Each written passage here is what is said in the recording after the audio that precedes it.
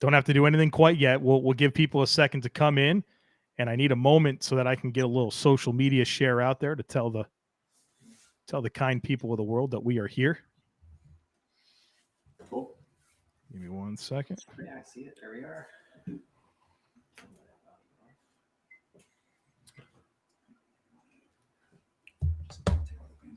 There we go. What it? Oh, okay. Yeah.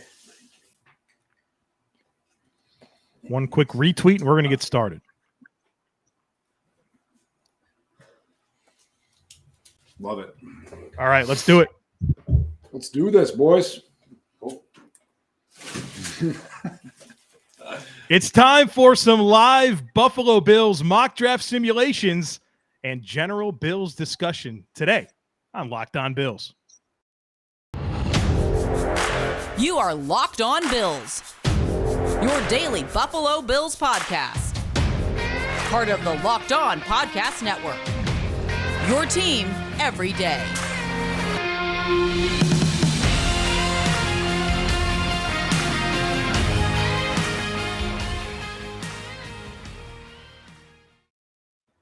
What's up, Bills Mafia? It's Joe Marino from the Draft Network, and I'm your host of Locked On Bills. Happy Friday to you, and thank you for making Locked On Bills your first listen every day, or if you're joining us on the YouTube channel, your first watch every day. And I got to be honest, I hope that you're joining us on the YouTube channel this time around because we're live. It's a Thursday night. I've got my buddy Scott and his crew here. We're going to talk Bills. We're going to talk draft. We're going to do some simulations, and we are going to have some fun here on the show. Scott, my dude. What's up, Joe? Going on, man? We're living, man. We're doing it. Love being on the show. Thanks for the invite. Yeah, thanks, Joe. So this is Scott Moranto. I hope I said your last name correctly. And Scott is somebody that I met last time I was up in Buffalo, and he put together the live podcast at Sunny Reds, and we had a great time. And I've gotten to know Scott a little bit through that, and obviously kind of chatting before and after. And big shout out to you, Scott, for putting that together. And I always kind of wanted to do this with you and have this opportunity to talk about the Bills and the draft, because when we were together in, I guess, at Sunny Reds, I mean, we had a lot of fun. And Yes. the entire purpose of like this podcast is for me to talk Bills. And one of my favorite conversations that I've had recently about the Buffalo Bills was with you and your friends there. And we had a good time, and you challenged my opinions in ways that I was not prepared for. You know what I mean? Like, you brought it, you know, like it was one of those situations where, like, I'm going to meet Scott. He's a nice guy, but then we start talking Bills and you're hitting me with ideas. You're challenging things that I've said. And so I've always been looking forward to the next time that we were going to talk Bills. That time is now. And with the draft less than a week away, right at this point, you know, I feel like it's a great opportunity for us to get together and have a Bills discussion regarding the draft. And I met your crew there at Sunny Red. So why don't you introduce your guys, and we'll get going here with talking Bills and draft. Yeah, so these are my lifelong buddies. I got Cody next to me, Cody Balling. I got Joe Russell behind me, and my buddy Matt Pacana also over my shoulder here. So these are my guys. We're always in a group message talking Bills football, listening to the podcast, and we love, you know, the content that you put out. And just we're geared up for Bills season. It's an exciting time to be a Bills fan, and you know we're interested to see who they end up adding to this roster, because you know the expectations are sky high. So Scott, we're literally a week away. What's on your mind? What's that prevailing number one thought on your mind as you consider the Bills and the 2022 NFL Draft? How the Bills probably take somebody that we have not talked about at all on this podcast. I am a longtime draftnik, kind of the way that you were brought up, always following the draft. My grandfather is the one that got me started, you know, looking at prospects, and would always hand me a USA Today on vacation. We'd be down in Myrtle Beach or Florida, and he, hey, what do you think of these prospects? Who should the Bills take? And I've always been tracking those prospects, and I don't think I've ever gotten one right. Last year I thought Creed Humphrey for sure, Creed Humphrey was the guy who was banging the table. Didn't end up being Creed Humphrey. So sometimes we get attached to certain players, and I'd like to maybe explore tonight the different perspective of who the Bills might be looking at that we're currently not thinking of. So when you said that about like the Bills picking a player that we're not talking about, I think part of that just the nature of picking later in the first round. I think you're just going to be kind of in situations where it's hard to predict that last 8 picks, that bottom 25% of the first round. It's always really difficult to predict what's going to happen. And obviously last year they picked Greg Rousseau, who honestly nobody was really talking about. I think actually Marcel Louis Jacques was covering the Bills at ESPN. He mocked Rousseau to the Bills, but there hasn't been, there wasn't at least a lot of people connecting Rousseau to the Bills. And because of that outside the box thing that happened last year, I've challenged myself to consider more angles. And that's why I've introduced names like Tyler Smith from Tulsa and Tariq Woolen from UTSA, because I feel like those are the young players, position, guys that switch positions, super toolsy, raw, right? Guys that are hungry. That's why I've kind of brought up those names quite a bit throughout the last few weeks in the podcast, because I think, all right, who are those guys that are going to stun me? It would be those 2 players. And so I've been intentional about that. But yeah, there could be a player out of left field that Brandon Beane picks at 25, and it'll be, debated, but the guy hasn't missed on a first round pick yet. I think that's what I keep coming back to with Brandon Beane. The guy is batting 1,000. Well, now maybe that means he's due for a miss, but I like his track record, at least in the first round. Mm-hmm. What about the rest of the crew there? Anybody have a major thought regarding the Bills and the draft as we're sitting here a week away? Well, I think it's super exciting how we currently, like with having Josh Allen and doing it 2 years in a row and how awesome he finished last year, and going into the draft and having that all wrapped up and not a concern, and now focusing on what's going to push us to beat Kansas City or get that extra win to get to the Super Bowl.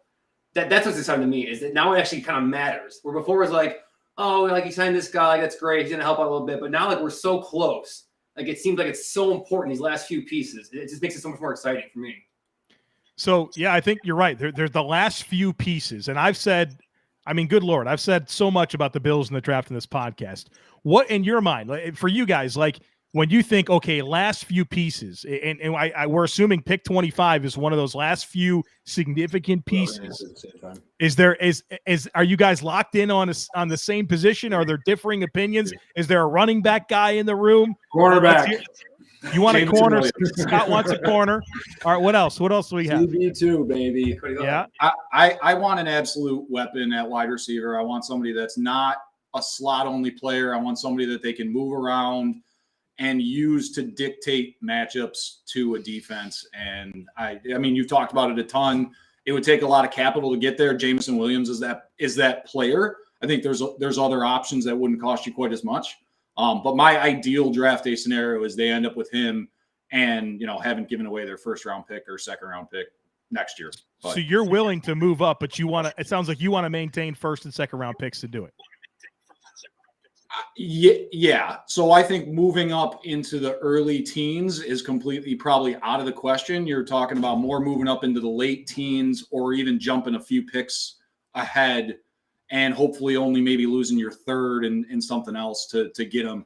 If it's going to cost more than that, I just think that's too rich for my blood at this point.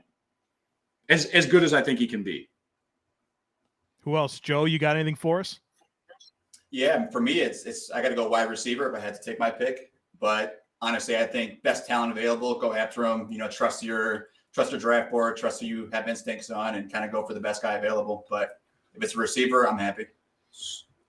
So, anybody in the room like wanting the running back? Does anybody want Breece Hall at 25? Because Scott, you had a big conversation with me about trading for Christian McCaffrey. You knew I was going to bring it up. You knew.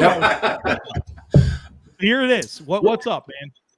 I was talking to these guys yesterday. I hate how the narrative changes so quickly.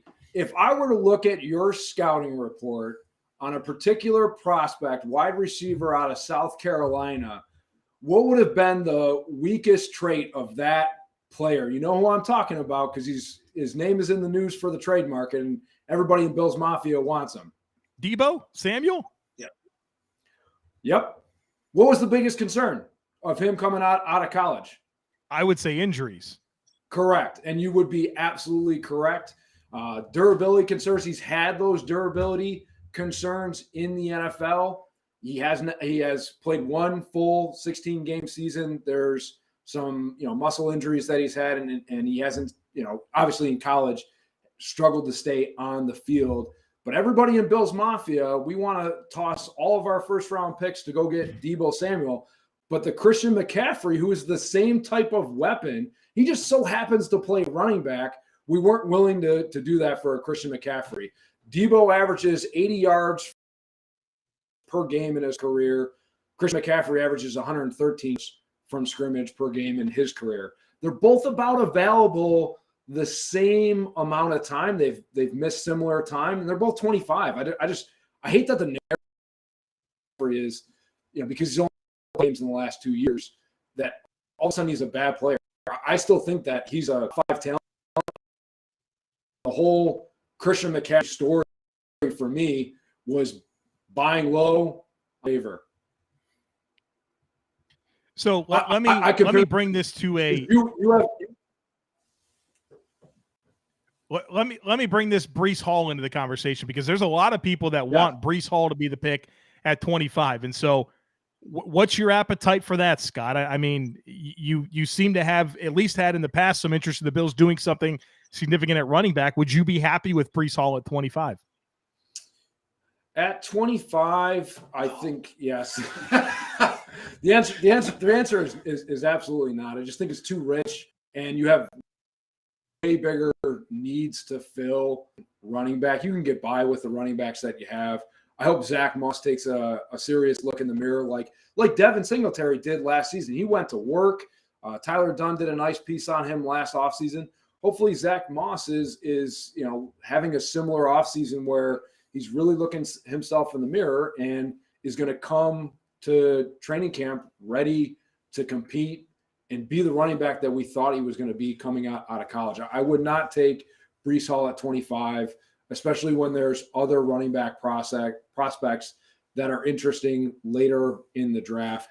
And also don't forget about Singletary too. I mean, he's still a good one for a second down back. I mean, he's so far underrated. And he's like the first person, like the scapegoat whenever something going wrong, and he's not effective enough. But I mean, with the O-line, the way they played the first 8 weeks of last year, and then you kind of say the O-line the last 8 weeks of last year, I mean, night and day. He has done very well all 3 seasons. Maybe not consistent, and he's not like that. There's no special trait to him that there's no flashy speed or running people over. So he doesn't really like the highlight film, but he's very productive. So I don't know if he needed to spend that capital on a 3-down back who has questions.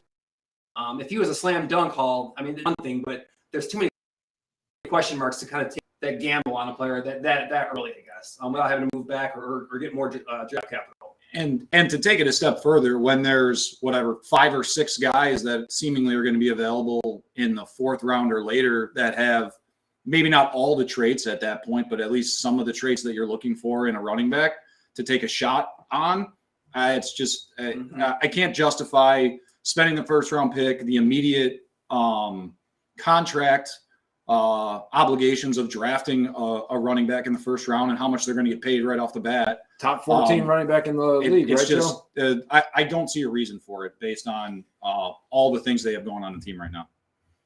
So what do you say to Bills fans that have saw the Bills kind of go the value route at running back, and they went with Zach Moss and Devin Singletary as 3rd-round picks, and while Singletary showed some life last year, for the most part, it really hasn't produced like other teams have. Other teams have picked day 2 running backs and gotten Alvin Kamara and Dalvin Cook and Derrick Henry and Jonathan Taylor and J.K. Dobbins, and the list goes on and on and on and on.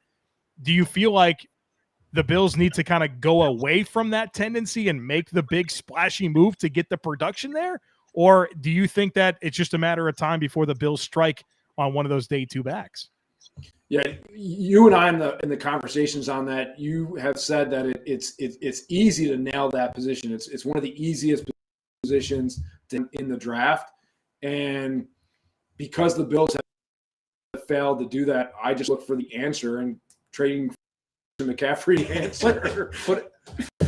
But I don't think Singletary is not the answer when he's had a good offensive line in front of him and they've shown some intention of actually making it work. He has produced. I mean, he looked good enough his rookie year to cut LaShawn McCoy. He dropped off obviously the second year, and then the end of last year he looked good. So I mean, they didn't not hit on that. Obviously, Moss has kind of really been a disappointment, but I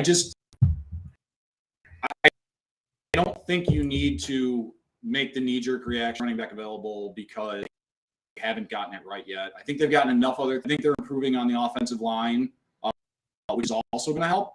So I think you just take in swings and you give yourself another option so you don't have to re-sign, but you don't need to make that definitely a first-round pick. I could be talked into a second-round pick if you do some maneuvering and stuff like that, ending up with like a Kenneth Walker or something like that. But if the last game has any importance on that first-round pick at 25, I think running back was the issue why we lost that game. Agreed. I would agree with that. I would agree with that fully. Getting a lot of North Tonawanda love in here. Love it. Let's go, NT boys. All you guys are. Some Jack. All Joe's right, a former very Grand good. Island guy, so he must not like this. Listen, I moved like in 5th grade, man. I didn't get caught up in all the Western New York high school rivalries. My mom went to North Tonawanda, so there you go. I'll side with you guys on that. It's a good thing that didn't move because we would have hated you. Okay, well there we go. I consider myself very, very lucky. All right, guys, you ready to do some mock drafts? We good? We want to do this? Pull up. Let's go. Pull up the simulator here. Let me improve the background here. You guys know I'm a wonderful. There we go. That's as good as we can do. All right, so we have the mock draft simulator from the mock draft machine over at thedraftnetwork.com. And for this simulation, I'm going to let you guys call the shots. You guys do what you want to do. And let's put something together here and see what the people like. The chat's buzzing right now. And so we'll see if they approve of your general manager work or not. So which way are we going with this one? We're doing the. You tell me if you want to offer a trade, you want to move up, you want to move down, whatever you guys want to do. You tell me. I'm going to start the draft, and I have it muted, so we shouldn't hear the phone ringing. I received a ton of feedback on that. Nobody liked that. Didn't mean for that to happen, but it did. So here we are. I was just amazed that first one you did, Joe, at how many times you were getting offered trades. Every time the phone was ringing, I was like, "This is nuts." But dude, it was so unreal. Now that I've done a few more on there, it makes sense. All right, so you guys have been offered a deal. You could take the Bucks' 4th round pick in 2022 to move back 2 spots, or you can move back to 31 with the Bengals and pick up an extra 4th round pick. Second round, I think. Let's actually. I'd say let's decline though. Let's decline those and see if we get anything. I like picking up the draft capital in order to move back up the board in the 2nd round. So a 4th round pick does give you a little bit of trade value. I would totally agree with that. I think they should move back 2 spots. Even late in the first round, there's not real top tier players left. So moving back 2 spots, you're not really going to take a huge sacrifice. So I would definitely draft. I love this mock draft machine. The only thing I needed to do is I need to see who's on the board when I make this decision. Let me show you that hack there. You hit counter offer, and then you hit hide, and you check out the board. So this is what's available. You're welcome. That's a very useful tip that I didn't know. So just for the people that listen to this tomorrow on the podcast, the best available players: Trevor Penning, Devin Lloyd, Daxton Hill, Kenyon Green, Jahan Dotson. I can also switch this to my Bills specific board if you want to. Yes, please. Yes, please. Let's go. So you right there. These are my guys. Jackson Hill's been on this board. He's probably got a 1st round grade. But moving, even if how many picks are we moving back? I'm personally not moving back and miss out on Daxton Hill. Not even a couple of spots. All right, then pick Daxton Hill. Joe has him ranked. He's one of the few that I'm okay with there. Teens on your big board, Joe? on your Bill specific board? Yeah, he's 14. This is my legit Bills specific big board that I shared on the podcast earlier this week. We're using it to run this simulation. And if you're truly going to do the thing that I said, where you peel them off and you pick the highest one left, it would be Daxton Hill.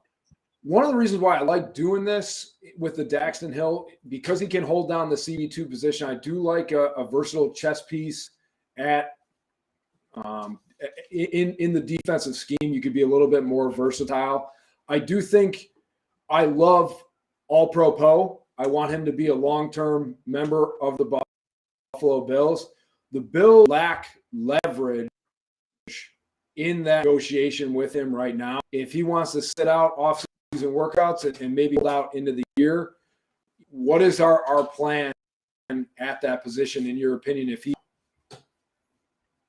If Poyer holds out and the Bills are just kind of like stuck and they don't draft a safety, it's Jaquan Johnson, right? We know the answer to that. Poyer missed a game last year, and it was Jaquan Johnson. He's been in this. This will be his 4th year on the team.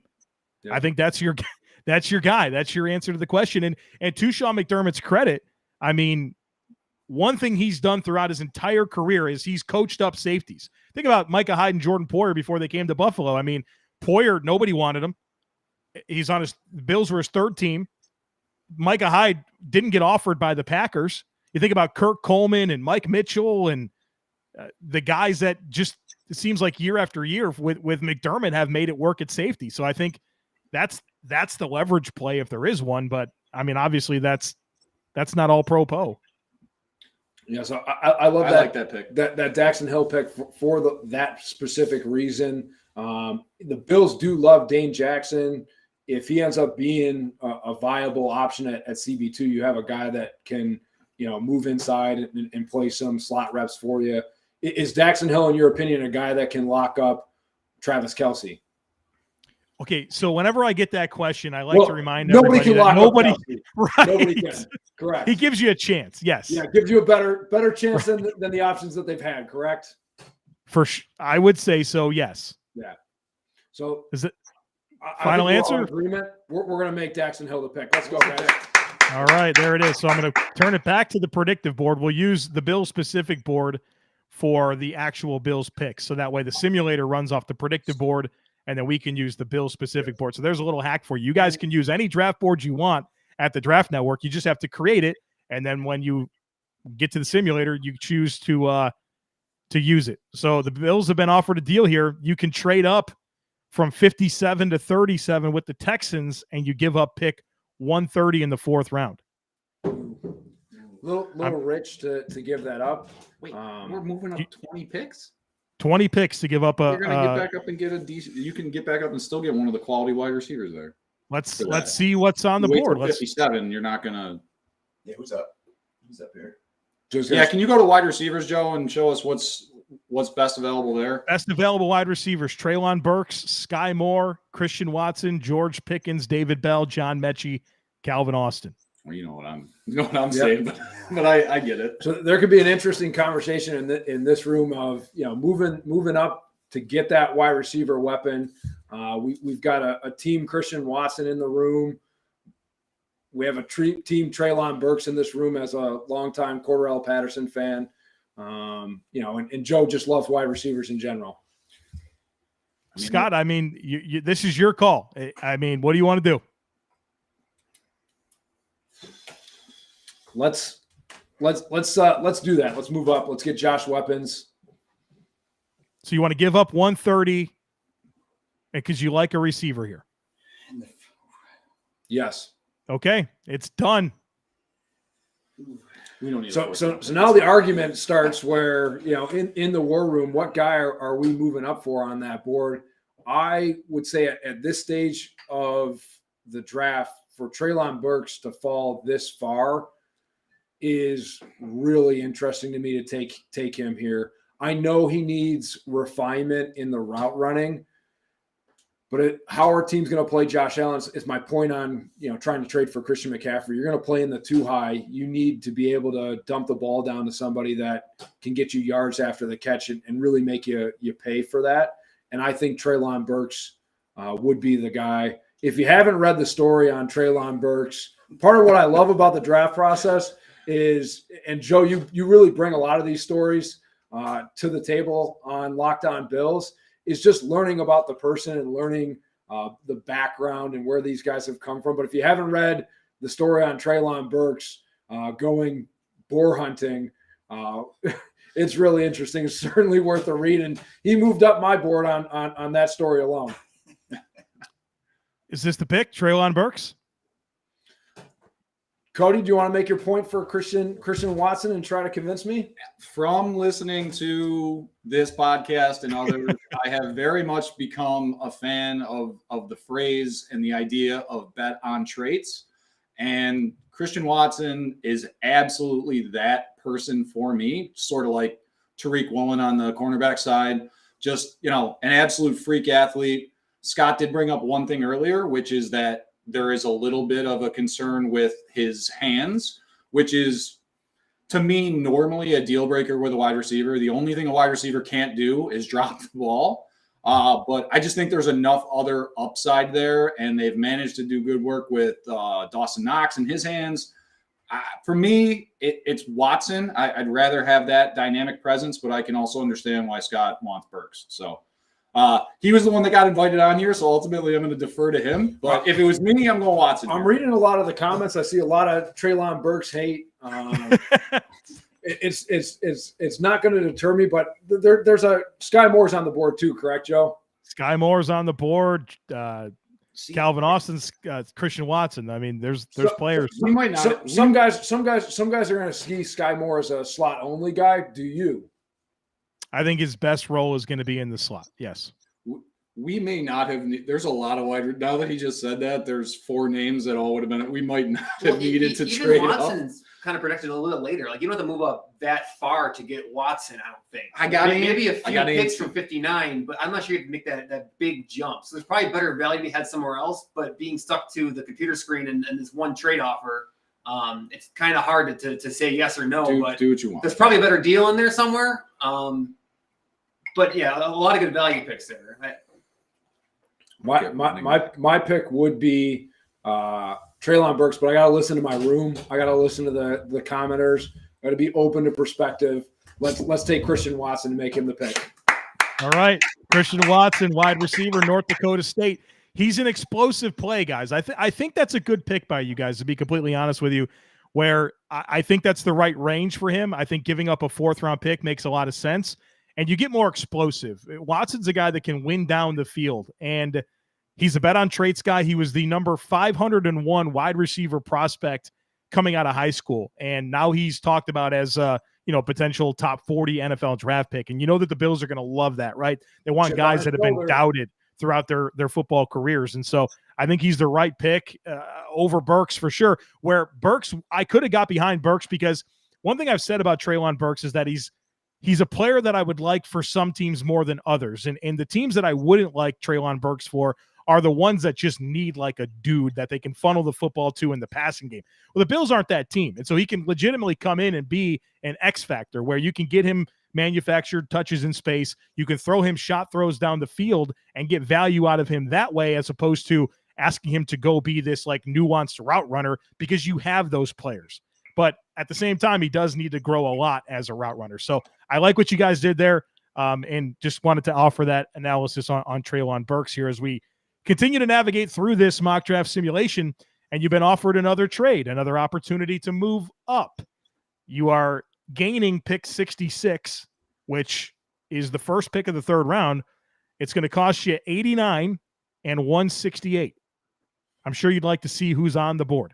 I don't think. Yeah, I don't think I have to look at it in this case. A ton of people in Bills Mafia are thinking we're taking that pick to move up for the punt god. There will be no punters drafted. There will be no punters drafted today. Sorry, boys. So are we thinking punters? So are we thinking we're going to go? go? Spot though. I mean, you have your receiver, you have your safety. You're still looking for a cornerback here, and you're possibly still looking for a running back as well. You can really solidify the offense here by getting another offensive weapon. If you move up, you have your picking. I mean, if there's someone who stands out on this board to if anything, because I lost the 4, I want to move back in the 3rd. I agree. If we hadn't gotten out of the 4, I would be more aggressive at this point because I do think there's a lot in the second and third round that can be accomplished. But not having the 4 to get that other guy makes me not want to be aggressive here. Because the 4 is normally where I would go and grab that running back instead of getting the first round one. The 4 is where there's a lot of varied running back availability. So, I'm fine not taking that trade for now, at least. Scott, we declining it? Decline, please. Okay. Now I have to figure out how to get out of here. There we go. Hold on. Give me 1 second here. What I got to do here is I have to reverse engineer this and offer the Lions a trade that they will not accept. There you go. So the hack only partially works. I've never been in this position, so we're learning on the fly here. So that I got to click resume draft, guys. A revolutionary thing you got to do here. Resume. All right, there we go. Live TV, baby. When Chris Schubert isn't here. Right. This is why I'm not the producer on Draft Dudes. You guys are offered another deal here. You could give up a 5 to move up from 89 to 72. We declining that? Decline that one as well, right. too, Joe. So you can move up again here. You can give up a 6 to move up from 89 to 74. Decline. All right. Are you generally thinking linebacker, lineman? What are you thinking right now? Yeah. Or running back? Still need linebacker, still need interior lineman. I know it depends who's there, but while the draft is cycling, what's your general thinking here? BPA, boys. BPA would be the. All right. All right. So you're on the clock here at 89. You've been offered an opportunity to move back. You can move back from 89. You also have to give up 168, but you gain 96 and 115. Okay, that's something worth looking at. I think. Let's also look at the other offer. You were offered a deal to move. You move back 1 spot. This is really a strange deal. You would move back 1 spot, gain 131, but give up 168. That's an interesting one. Yeah. Why would you not 1 spot? I mean, unless there's one player there that you really need. I kind of thought I liked the other. I like the other. The other one. I'm just getting more draft. If there was no other trade, right. Go ahead and accept that one, Joe. You want to accept this offer from the Broncos? Yes. All right. So you're moving back. You're moving back and gaining pick 115. I think it's a good deal. So you're going to move out of 89. You're going to pick at 86. We're accepting the trade. Coming up here. 1 pick away. And you're on the clock. Are there any notable names who have been taken off the board recently? So the only player left on the 80 players that I ranked for the Bills-specific big board is Channing Tindall, the linebacker from Georgia. So we're probably going to want to move away from that board at this point because I'm not sure you guys want to pick a linebacker. What position would you guys like to see? Linebacker. All right, so you have Channing Tindall, Darian Beavers, JoJo Doman. Yep. Kind of some reaches here unless you go with Tindall. Let's look at interior offensive line. Interior offensive line, Cam Jurgens, center from Nebraska, Spencer Burford from UTSA, Alec Lindstrom. Kind of dried up on you here. Yep. Let's look at tackle. Offensive tackle? Yes. Abraham Lucas out of Washington State, Rasheed Walker from Penn State, Zach Tom, Wake Forest, your best available. Yeah. What about a running back? Would you like to see the running backs? Would like to see running back. Look at this. They snatched. You guys traded out. And the players are drying up. I like when you look at the players that went between 89 and 96. I don't think that you lost anything. But Tyler Beatty from Missouri, who I think is very much like J.D. McKissick, Kyron Williams, Notre Dame, Damian Pierce, Florida. And Go to corner. Out of curiosity, I kind of like the Pierce move. Martin Emerson, Mario Goodrich, Zion McCollum.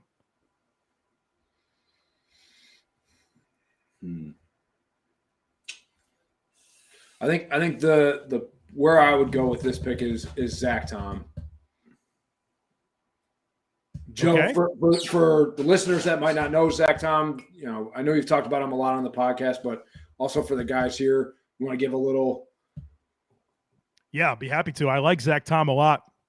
My comparison for him is Ryan Bates, where he's a player that has played multiple spots in college. I think he's a player that at the next level can play potentially all 5 spots. I think he's got starter ability in a year or two. Want to get him a little bit stronger, but from a technique perspective, really like where he's at. He's a good athlete. He's got good length.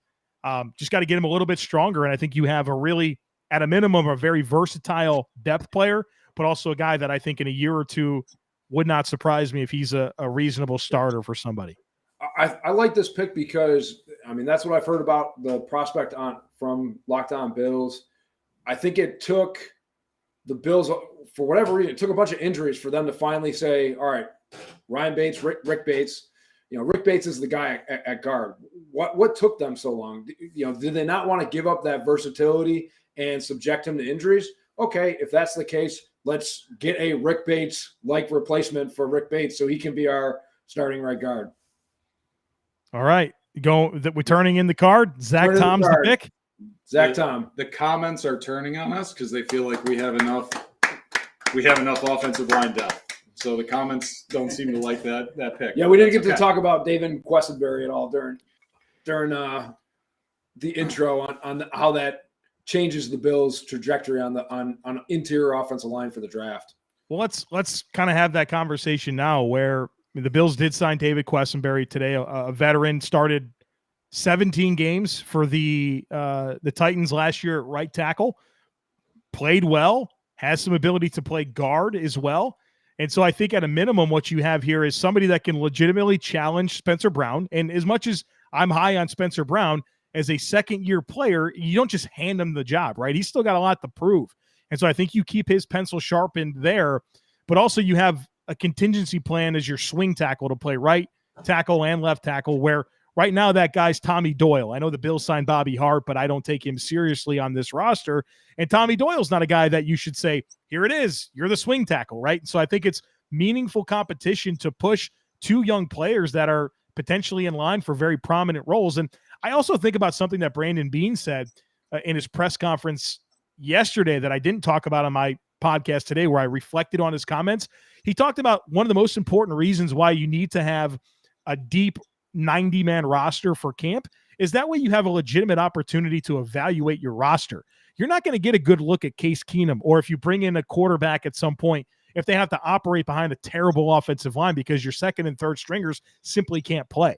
And so you give yourself the best opportunity to evaluate your team, but you also give yourself a veteran who can challenge young players that need to be challenged. And so I like the move. I'm guessing it's not a significant cap commitment, but I mean, Questonberry is a guy that started all those games and played really well for an offense that, still ran the football extremely well last season, despite not having Derrick Henry. I think he's a nice addition. Obviously the familiarity with Roger Saffold, the versatility. I think it's a good pickup. Hey, Joe, can he play inside at all? And does that, depending on the answer to that question, does that affect the possibility of Cody Ford making this roster this year? Yeah, he could play left guard. And so I do think it is an opportunity for Cody Ford to fall off. When you look at, we'll call the starting offensive line your starting 5, like the ones we perceive: Dawkins, Brown, Saffold, Bates, and Morse. That's 5 players. Then you have this pool of Cody Ford, Greg Manns, David Questonberry, who am I forgetting? Tommy Doyle, Bobby Hart. You're going to roster 9 of those guys. Ike Bacher's in that mix as well. He'll probably start the year on the PUP. So they're definitely setting themselves up well to have good depth, put Ike Bacher on the PUP, and give yourself another extended 6-week runway to have him coming back. And then, you'll have a couple guys stashed on the practice squad. So since 2018, Brandon Beane has done nothing but prioritize offensive line depth. And I think this is just the next example of him prioritizing that and making sure that he can evaluate his roster and have enough contingencies in place should somebody go down. Yeah, so just jumping back to that pick then, I think bringing in the additional player gives them the option to not be as desperate on offensive line, because they have their swing tackle now, and they have maybe another interior depth piece. But it doesn't mean you don't necessarily want to go get somebody, because, again, this is a 1-year deal. Cody Ford is, even if he's makes it through this year, arguably is off the team next year, along with a number of other people. So I think I'm on board with trying to get a quality interior offensive line player, even if they are developmental, knowing that they probably won't start this year. But I think they'll be something we need in the next year or so. Well, and I to add to what you're saying there, when you look at the makeup of the Bills' offensive line, there's a lot of players that are not signed beyond this season, and that includes Cody Ford and Ike Bacher and Roger Saffold and Bobby Hart and Greg Manns. So if you were to draft an offensive lineman that you're going to roster, the good news is that you have a cost control player for the next 4 seasons, and you really don't have that right now, considering who's falling off this roster in terms of their contracts. So there's a kind of a reason why it makes sense in my mind. So I know we're really dragging out this one draft, Joe, and we had talked about maybe doing multiples, but if I can just ask you a specific question about that real quick. What's your opinion then of the idea of going and getting Zion Johnson in the first round, if he falls to that 25 pick, and using a very, in my opinion, valuable pick to draft somebody? Does he immediately then become a starter, or are you drafting somebody in the first round to become a depth piece that you then maybe move into a role next year? And kind of how does that play into the win now mentality that I think we've kind of seen from Brandon Beane as he's gone out and made some of these bigger deals and pushed cap out because we're trying to, win now? Well, I think it accomplishes 2 things if you were to pick a guy like Zion Johnson at 25.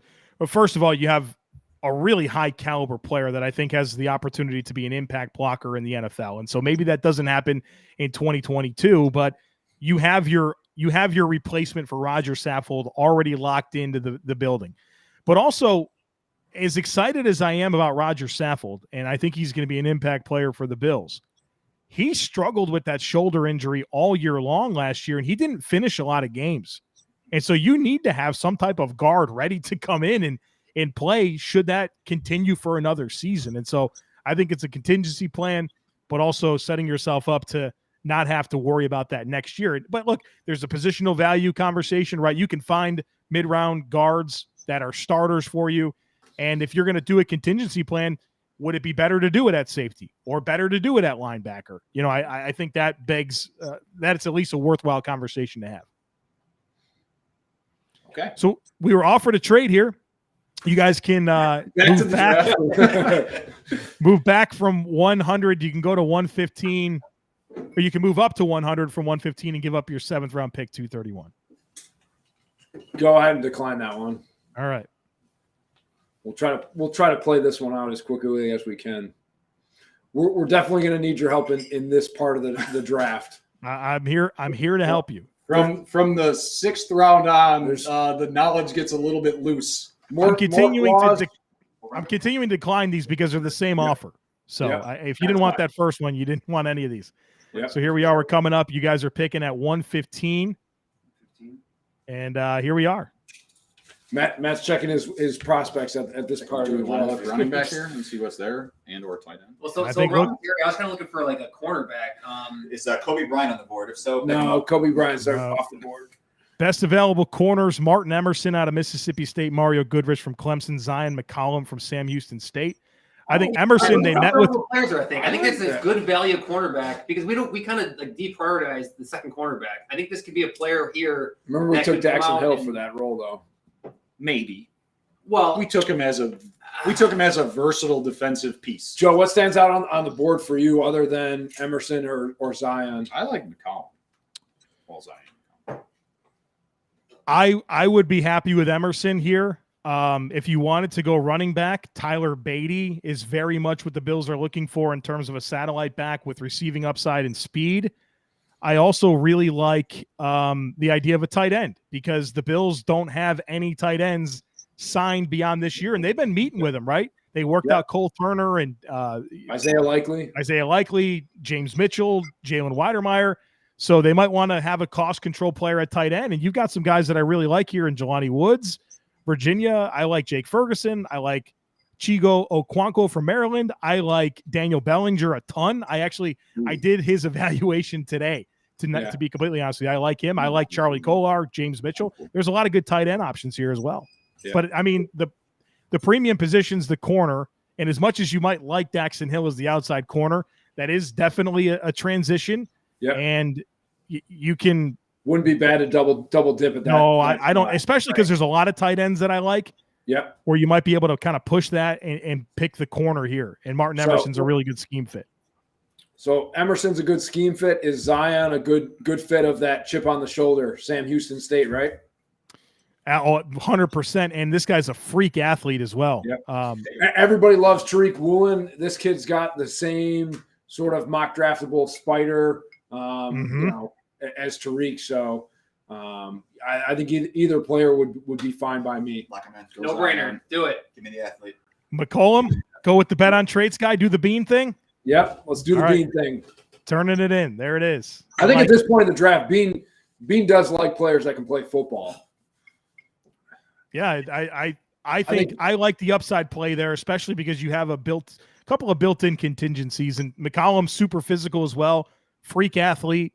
Sam Houston State, he definitely kind of fits that prototype that we've seen the Bills go after. Now, let's just kind of recap what you have so far. You have Daxton Hill as a versatile defensive back, traded up for Christian Watson, the wide receiver from North Dakota State, versatile offensive lineman in Zach Tom, and then a super toolsy defensive back corner, Zion McCollum out of Sam Houston State. So really, I'd be focusing in on running back and linebacker at this stage of the draft, and BPA, just if something particular falls, even if it's a defense end. So we're coming up 185. I'm going to go ahead and put it on the running back so you guys can see what's available. Ty Chandler pops for me.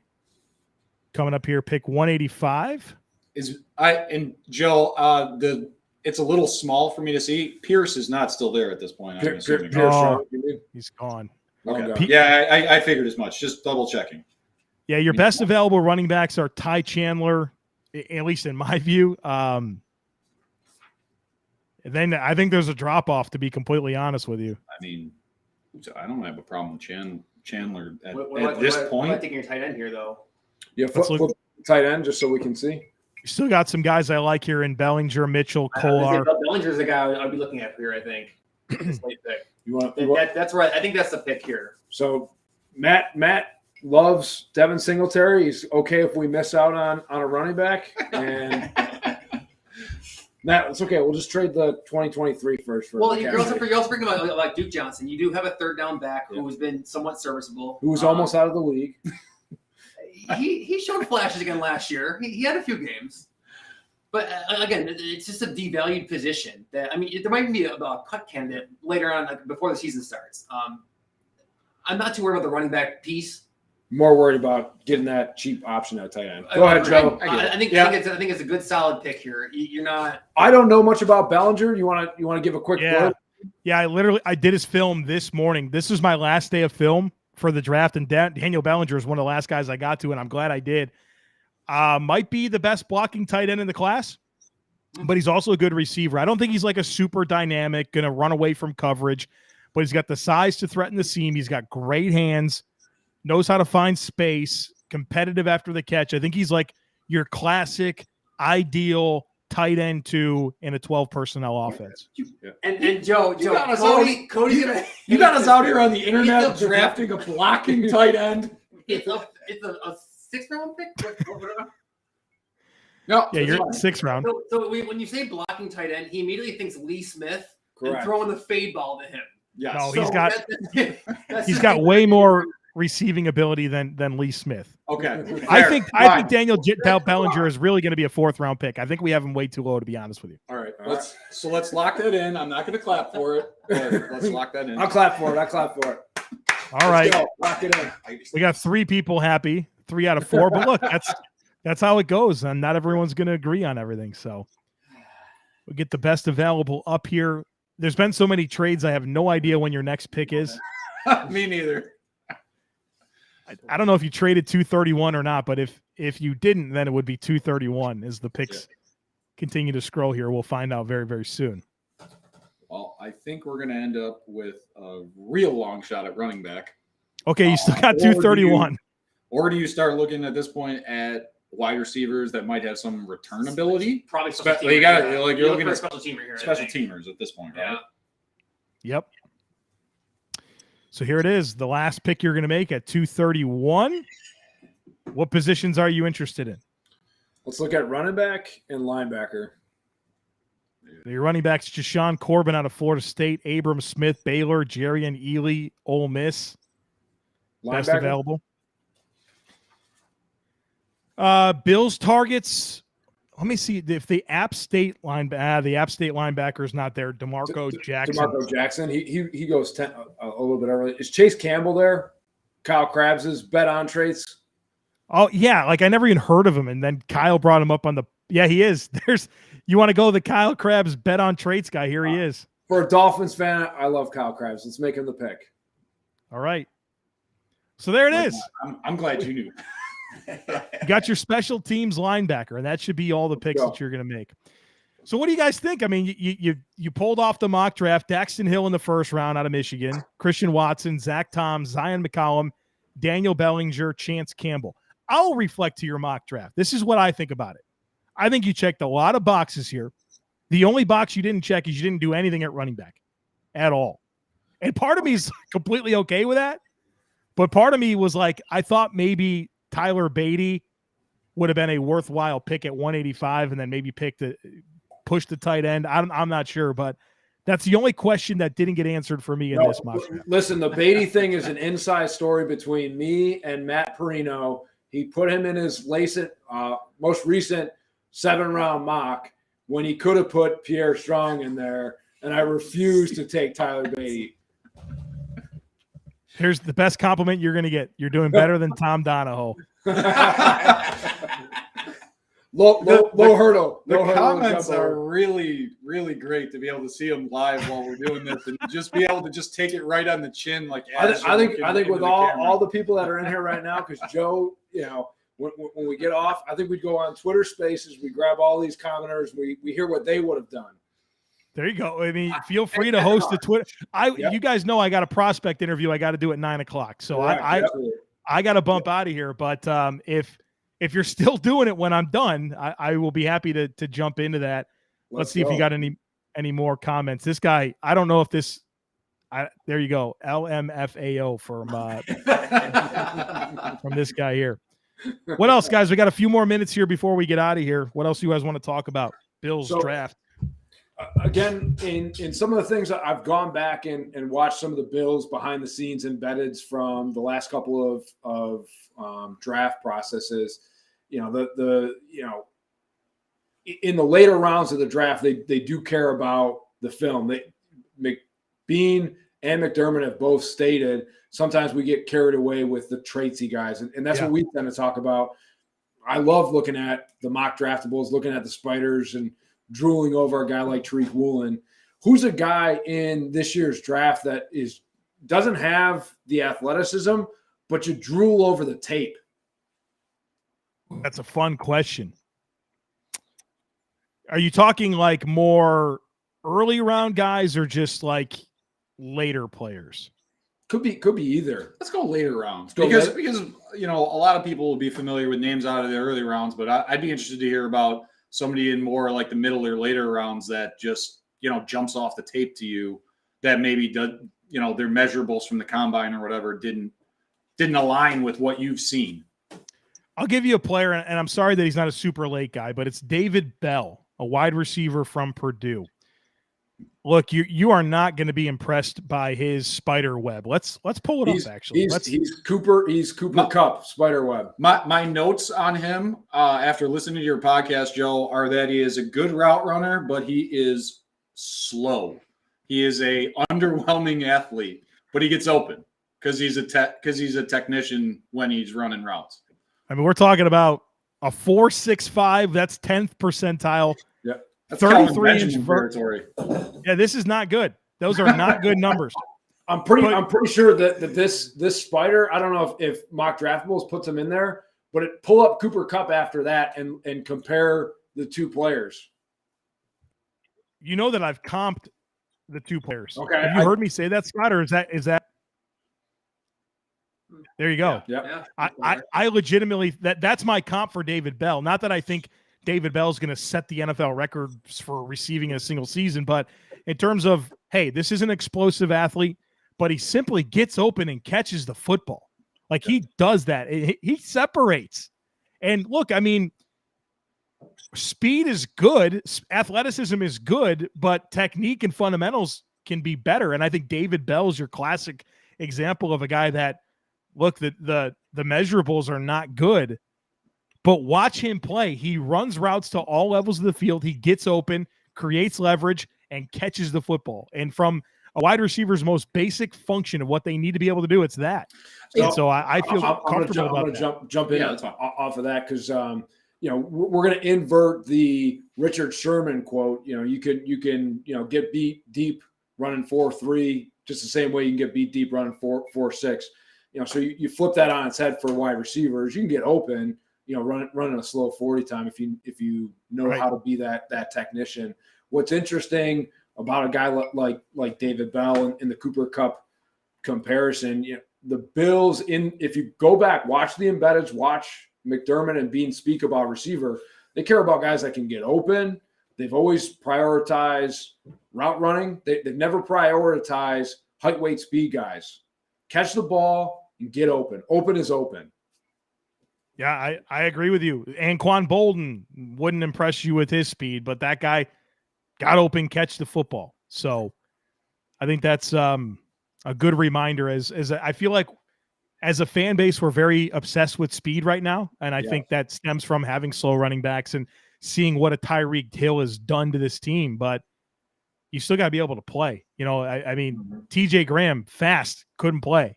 But I give you a list. I said this a few times. I can give you a list of the 10 fastest 40-yard dashes for wide receivers in the history of the combine, and you're not going to see a list of the best receivers in NFL history because you have to be able to run routes and get open. And Jerry Rice wasn't fast; he's a 4.6 guy. So I think it's a good fundamental topic for us to close things out. Gentlemen, this was really, really fun. Scott and the crew there, appreciate Joe for opening up his man cave to host downstairs. That thing looks awesome. Yeah. You guys brought hashtag ordinary pour. Hashtag ordinary pour. Go ahead and pimp your stuff.